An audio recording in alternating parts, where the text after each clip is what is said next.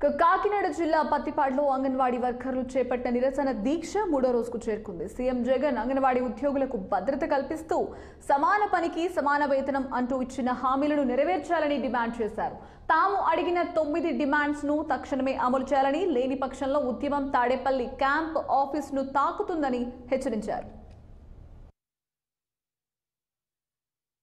అంగన్వాడీ ఉద్యోగంలో ఉన్నాను నేను.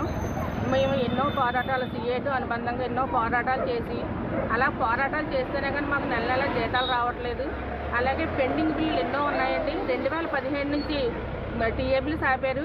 ప్రతిసారి మీటింగ్లకి 2 రోజులకి 3 రోజులకి మమ్మల్ని మీ ఆఫీసుల చుట్టూ మండలాల చుట్టూ తిప్పుతూ ఉంటారు, కానీ టీఏ బిల్స్ లేవండి. అలాగే ధరలు విపరీతంగా పెరిగిపోయాయి, మా జీతం మాత్రం పెరగట్లేదు.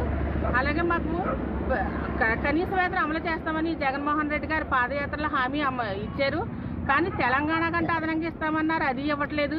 అలాగే కనీస వేతనం అమలు చేస్తామన్నారు, అది అమలు చేయట్లేదు. అలాగే సుప్రీంకోర్టు గత 4 సంవత్సరాల క్రితం తీర్పిచ్చిందండి గ్రాడ్యుయేటీ ఇవ్వాలి వీళ్ళకి అని, కనీసం గ్రాడ్యుయేటీ కూడా ఇవ్వట్లేదు, ఏమి అమలు చేయట్లేదు. నిన్నటి వరకు మేము 8వ తారీఖుని దేశ కోసం సమ్మె కోసం కూర్చున్నాము, కానీ చర్చలకు పిలుస్తామని అది నిన్నటి వరకు వాయిదా వేశారు. నిన్న చర్చల్లో కూడా మా కోసం ఏమీ స్పందించలేదు. మేము గత 30 సంవత్సరాలుగా